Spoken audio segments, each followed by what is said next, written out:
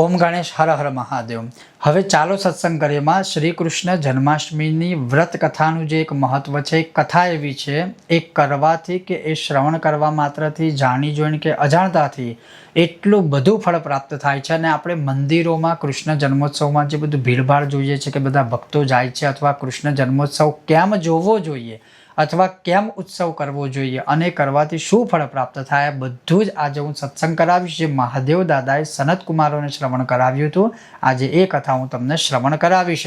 ઈશ્વર એટલે કે મહાદેવ દાદા કહે છે કે હે બ્રહ્મપુત્ર, પૂર્વકાળમાં દૈત્યના ભારથી જ્યારે આ પૃથ્વી ખૂબ જ દુઃખી થઈ અને પૃથ્વી માતા પોતે બ્રહ્માજીની શરણમાં ગયા અને બ્રહ્માજીએ એમનું દુઃખ દૂર કરવા માટે વિષ્ણુ ભગવાનનું તપ કર્યું અને પછી વિષ્ણુ ભગવાન જ્યારે પ્રસન્ન થયા ત્યારે વિષ્ણુ ભગવાને બ્રહ્માજીને કહ્યું કે તમે ચિંતા ન કરજો, હું પોતે શ્રી કૃષ્ણ સ્વરૂપે એટલે કે હું પોતે પૃથ્વી ઉપર અવતાર લેવાનો છું। ને પછી ભગવાને અવતાર લીધો, પછી ભગવાનનો જે આખો જન્મ પ્રમાણે જે બધી ક્રિયાઓ કરી, એમણે લીલાઓ કરી, કંસનો વધ કર્યો, આ બધું કર્યું। હવે આ બધું કર્યા પછી જે બધા ભક્તો હતા, મથુરાના નિવાસી હતા, ગોકુલના નિવાસી બધા હતા, એ લોકોએ પછી ભગવાનની એક આ જે જન્મોત્સવની આખી લીલાઓ ને કથાઓ હતી, એટલે એ લોકોએ કીધું કે હે કેશવ, જો તમે અમને આજ્ઞા આપો તો અમે આ જે તમારો જન્મોત્સવ હોય છે એને ઉત્સવ તરીકે મનાવવાની ઈચ્છા રાખીએ છીએ। એટલે ભગવાન ખૂબ જ ખુશ થયા કે તમારો ભાવ છે, તમે જરૂરથી આ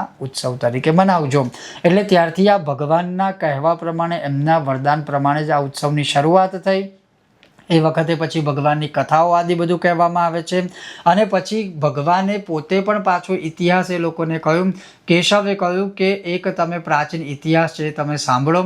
અંગ દેશમાં ઉત્પન્ન મિતજીત નામનો એક રાજા હતો, એના પુત્રનું નામ હતું મહાસેન। હવે એ બધી રીતે ખૂબ જ સારો હતો, પણ એને જ્યારે કુસંગ લાગ્યો, એ કુસંગના લીધે એક ખરાબ માર્ગ ઉપર ચાલવા લાગ્યો, વેશ્યાવૃત્તિ આદિ કરવા લાગ્યો, પછી મદિરાપાન આદિ કરવા લાગ્યો, વેદોનું, પુરાણોનું અને બ્રાહ્મણોનું, ગાય માતાનું, સાધુ સંતોની નિંદા કરવા લાગ્યો, અપશબ્દ બોલવા લાગ્યો અને એના પાપોના કારણે એ ખૂબ જ ભયંકર રીતે મૃત્યુને ઉપજે છે। હવે મૃત્યુ જ્યારે પામ્યો ત્યારે યમના પાશમાં બાંધીને એને યમલોકમાં લઈ જવામાં આવે છે અને અલગ અલગ પ્રકારની ખૂબ જ યાતનાઓ આપવામાં આવે છે। એના કર્મોનું ફળ એને ત્યાં ભોગવવું પડે છે।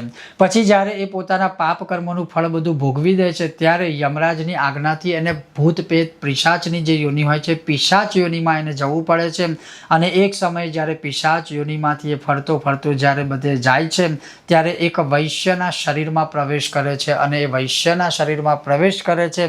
પછી થોડા સમય પછી એ વૈશ્ય મથુરા નગરીમાં જાય છે અને મથુરા નગરીમાં જાય છે ત્યારે મથુરાના જે રક્ષકો હોય છે, દૂત હોય છે, એ દૂત એને એના શરીરમાંથી કાઢે છે અને પછી એ પિશાચ સ્વરૂપે, પ્રેત સ્વરૂપે ફરતો ફરતો એક જગ્યાએ જાય છે। અને ક્યાં જાય છે?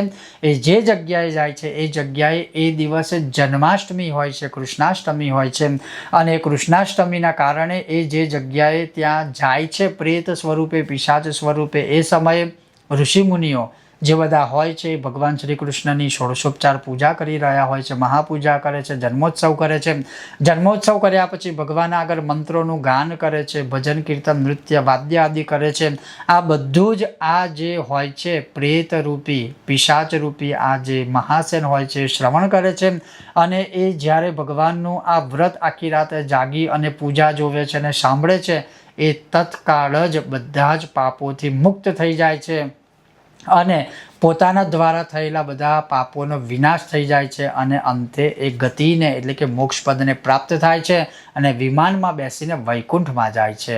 વિચારો કેટલું મહાન વ્રત હશે આમ। એટલે આ રીતે ભગવાને પોતે આનો આખો ઇતિહાસ કહ્યો અને ત્યાર પછી ભગવાને કીધું કે જે કોઈ પણ મનુષ્ય આ રીતે કોઈ પણ આ ઉત્સવ મનાવશે અથવા તો કરશે, જાણતા કે અજાણતા પણ જે શ્રી કૃષ્ણ ભગવાનનો ઉત્સવને જોવે છે, દર્શન કરે છે, એને પણ આ શુભ ફળની પ્રાપ્તિ થાય છે। ને આમાં તો ઘણા બધા ફળ લખેલા છે કે હજારો લાખો વર્ષ સુધી ભગવાન શ્રી હરિની કૃપા પ્રાપ્ત કરે છે અને આદિ ઘણું બધું લખેલું છે। તો કહેવાનો અર્થ છે કે આપણે શ્રી કૃષ્ણ જન્મોત્સવ અથવા તો જે વ્રત કરીએ છીએ એનાથી શું ફળ પ્રાપ્ત થાય, તો આપણે આ કથા દ્વારા મેં તમને સત્સંગ કરાવ્યો છે। જો તમને આ કથા સાંભળવામાં ગમી હોય તો અવશ્ય વિડીયોને લાઇક કરજો, શેર કરજો અને ચેનલ પર નવા હોય સબસ્ક્રાઇબ કરીને ઘંટીનું ચિહ્ન દબાવજો. ખૂબ જ જલ્દી પાછા નવા એક સત્સંગ સાથે મળીશું. ત્યાં સુધી તમે જોતા રહો. ચાલો સત્સંગ કરીએ મારી સાથે. ઓમ ગણેશ, હર હર મહાદેવ અને શ્રી કૃષ્ણ જન્માષ્ટમીની આપ સૌને મારા તરફથી ખૂબ શુભકામનાઓ.